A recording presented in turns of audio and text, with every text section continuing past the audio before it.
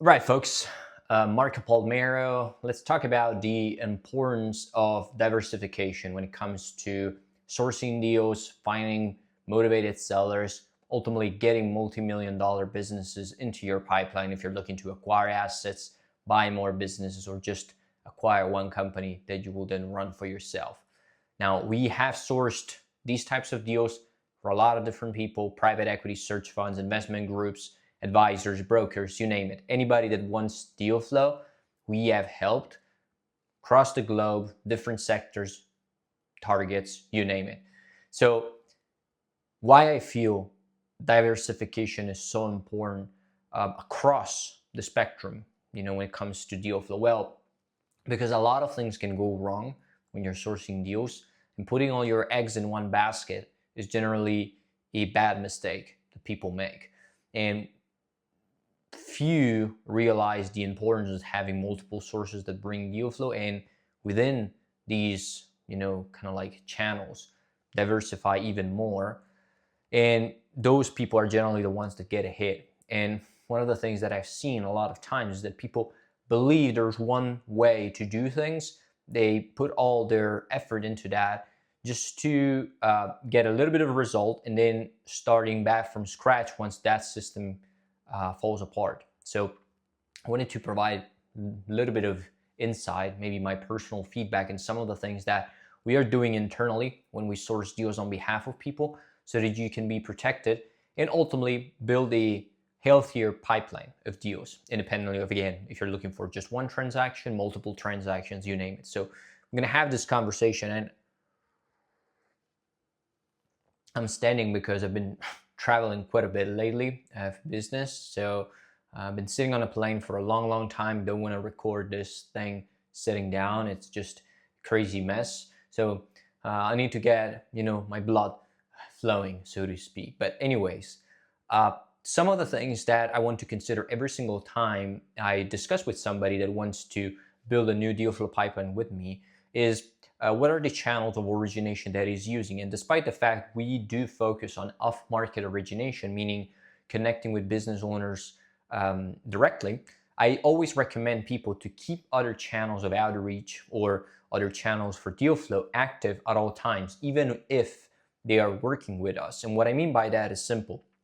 You can have an off-market origination process like ours running, while at the same time you have brokers that you're connecting with, your network that you're leveraging, and a bunch of different resources that are bringing you deals. Why is that? Well, because what we might be able to find off market might not be accessible to these parties, and vice versa.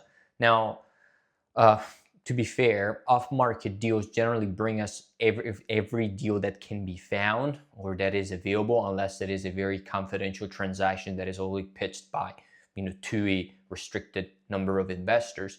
But even if we're talking about broker deals, we're able to find those. The only issue is, as we find these people, they're gonna point us at their broker so that you can connect with them. So the challenge there, it's evident, and it is better to connect with the broker directly. So having an off-market system can bring you into connection with owners that don't have a broker yet. So quality transactions that are not on the market, but you still want to build healthier relationships with people in your area so that they can get you businesses that might have, they might be available into their portfolio, right? Same thing applies to network and maybe investors that or people that are in the industry that might send you referrals, affiliates, accounting firm, law firms that might have businesses they represent that want to exit, at any point in time. All these are good resources that I do recommend people use when it comes to building a healthy pipeline. And that again comes down to diversification.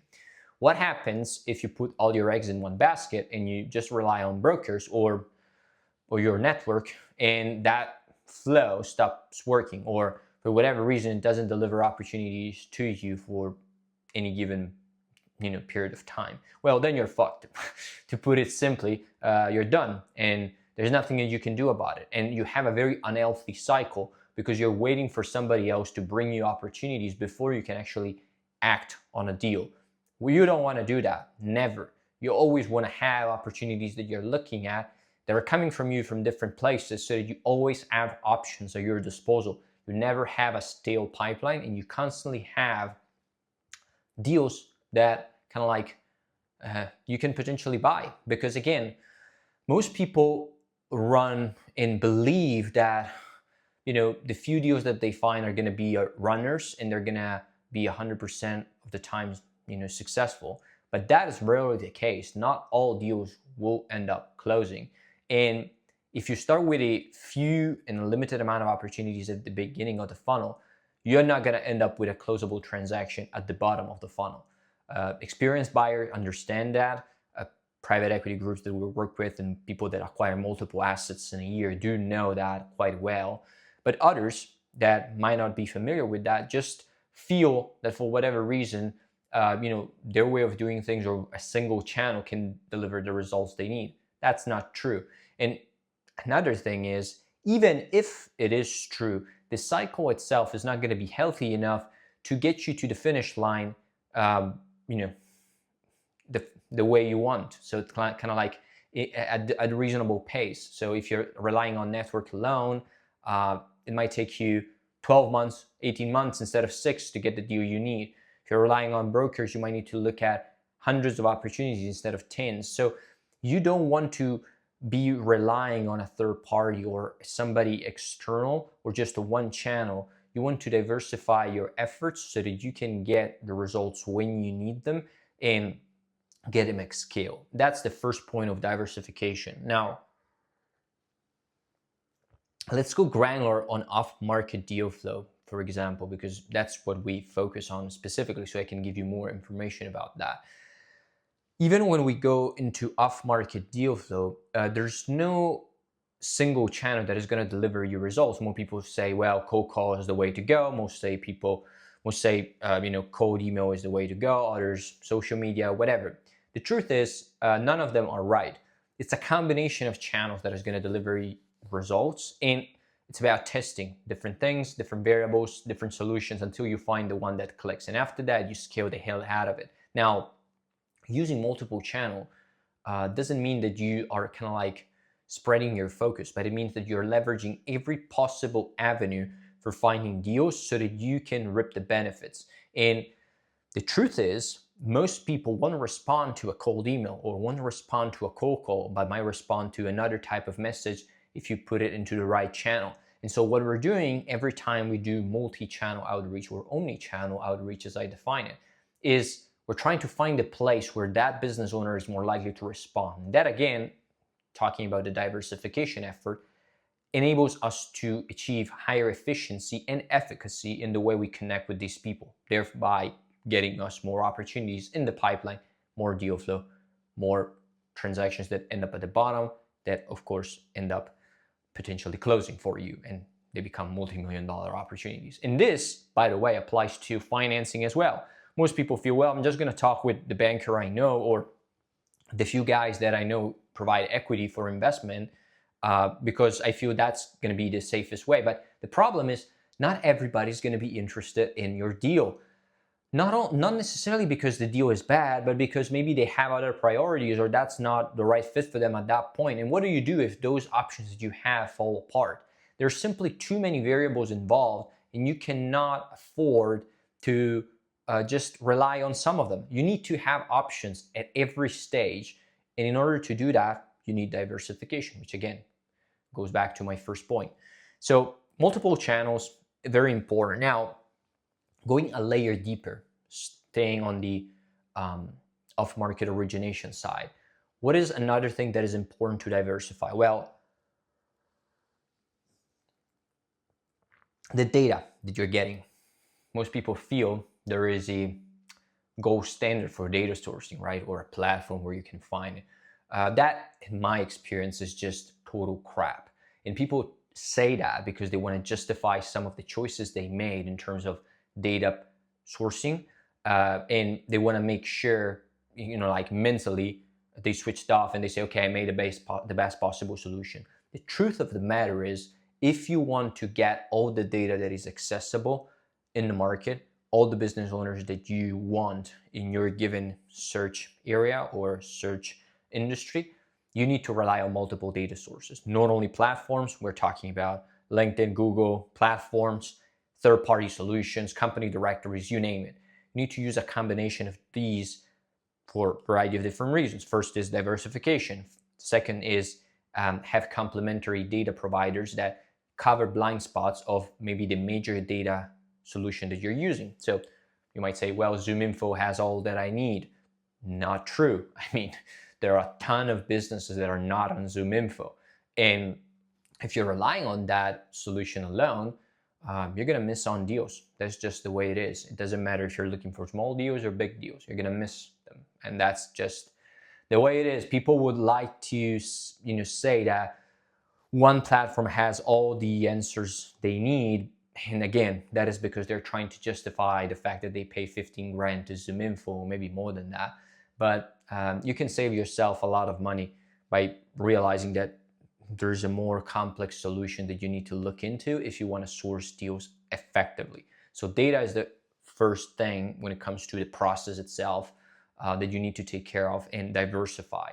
Now, another point might be, well, what happens if that data provider or that data solution that you're using tomorrow shuts down or doesn't provide you the data for the industry that you're targeting anymore, or for whatever reason is not accessible to you? Then you're completely screwed. You don't have an alternative. You didn't build any kind of knowledge into how to find data differently, and you're back to square one. And what do? So just the fact that you can have options available and reduce the learning curve towards options is something that will put you miles ahead of the competition when it comes to sourcing deals, in this case, off market. Now, diversification. Diversification in the way you source deals from a tech standpoint is also key. What do I mean by that? Well, if you're not relying on a third party like us, like an M&A partner that sources deals on your behalf, then you're going to have tech stack and setups to source these deals off market. Email, LinkedIn, social media, calls, whatever, letters. If you rely on one provider for performing these tasks, or maybe you have one CRM that you use for these purposes, all these sorts of things, and that provider stops working for whatever reason, then you don't have a pipeline anymore and you cannot do the outreach that you were doing before. And yeah, do you feel that is the right way to look at sourcing deals? One day you can be completely shut down and you have no way to recover other than building up your tech infrastructure all over again. It doesn't seem like a smart way to run a business, especially when you want to close multi-million-dollar opportunities. You want to have backups and solutions that you can, switch between, so that, again, you're always covered from that perspective. And, one of the things that we do to kind of give you our personal setup is having multiple tools for the same task, which means if we do cold email, different email providers, different tools for sending. LinkedIn, same thing. Cold calls, different calling systems, different numbers, all these things that can give us differentiation in options and also backups in case our go-to solution stops working for whatever reason or doesn't provide the level of support that we're looking for, and kind of like we need to make a rapid change.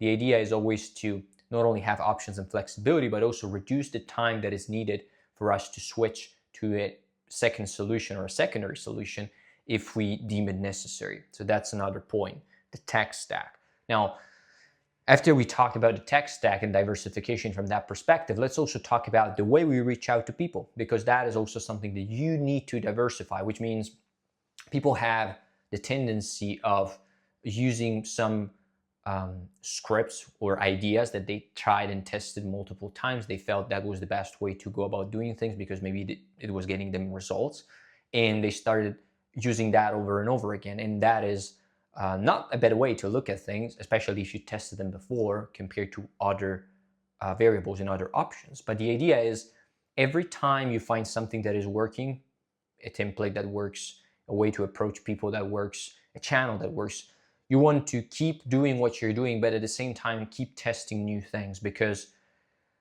this is a sad thing for me to say, but things will break after some time. So a script that might be working, a way to approach sellers that works, might not work forever. After a few months, you might need to adjust it and start focusing on something else. And as you test out things, you will become aware of these changes and have the ability to adapt quicker. If you just rely on one maybe template or one way to approach sellers that has worked for you, and you keep doing that over and over again, and then you see declining results, then you're going to need to change things, and you might need to test again. You might need to wait for the results of these tests to come in before you can actually make the shift. And so if you have run these tests in parallel to the successful campaign, then you don't have that problem, and you can keep adding and kind of like keep going for the best possible option every time. If it is an email template, choose the one that works best right now. If it is a LinkedIn sequence, what is the sequence? If it is a call script, what is the call script? There are different ways to look into this, and of course it depends on the type of infrastructure that you have, but the point is always diversify and have options to choose from, because that gives you the ultimate leverage, and it enables you to access all the deals that you need when you need them. So for some of you that might have a system in place that is already bringing in deals, this might sound like redundant, and to some respect it is, but for a lot of people, even big private equity groups that I've been talking with, this is not obvious. Some people just run the same system over and over again just because they say, we've always done things this way and they provided us with X outcome that we currently have. Well, dude, maybe you left multi-million-dollar deals on the table simply because you were too ignorant or too stuck in a low mindset, and you didn't realize there were other opportunities to get even more deals and make even more money. So being open-minded about this is really important, and having options to choose from all the time is actually key. The key to getting a healthy deal flow pipeline, keeping that running, and ultimately get more deals than anybody else. And that's what we help people do, right? Building a system that ultimately brings them deals and does that consistently with adjustments that are made in real time, so that they are always on top of recent changes in rules or options that they might need to adopt to make their system work in the market. So those are just some thoughts about diversification. If you are not diversified, you're at risk. Things might work out for a few months, but then they're going to start being quite clunky. And some people don't realize that is the only issue they have. Sometimes people come on calls with me and say, well, we've been trying cold email for some time and it is not working as it used to. And I said, well, have you tried testing different things? No, we've always been running things the same way because they worked for us 3 months ago. And they don't realize that sometimes that system that used to work 3 months before is not effective today. And things change so rapidly nowadays that it is important to constantly reiterate and keep up with these changes and demands from the market, which is why, and I'm heading to my conclusion here, having an M&A partner like us is something that a lot of people see value in, because it's difficult to stay up to date with all these changes if you're not prepared for it, if you don't do this every day. Even for us, with a sizable team, it is something that is quite demanding from a time and effort perspective, staying up to date to the major and more effective solution. But if you're doing it yourself and at the same time you're trying to close deals and do a bunch of other things, well, it's just a nightmare. And you can save yourself the overhead of hiring people full time to solve for this. Just have somebody take care of your origination process, build a partner in a partnership for the long term, and then just let it run so that they can take care of that for you. You focus all your time on closing deals, these multi-million-dollar opportunities that these other guys have brought to you. You don't have to do it with us, do it with someone else. Some people will be disappointed by using other providers because in some instances they feel this is a marketing exercise, which is really not. And I recorded a specific video about that. Go check that out. An M&A partner is really what you need, somebody that understands what sourcing is all about and why sourcing deals is different from marketing a product or a service. Completely different ball games. If you don't understand that, again, as a person sourcing deals, probably you're going to have bigger problems than just finding a bunch of deals because your system is going to be broken from the inside. So some thought that needs to go into the structuring of your own campaigns and your own search system. But having said that, if you want to work with somebody for sourcing deals, check out the link below the video. Again, even if you don't do something with us, diversification is key. Diversify your process in every stage, and look at your funnel in stages and make sure every step is diversified at all times so that you can prevent issues from happening and you can keep your deal flow pipeline active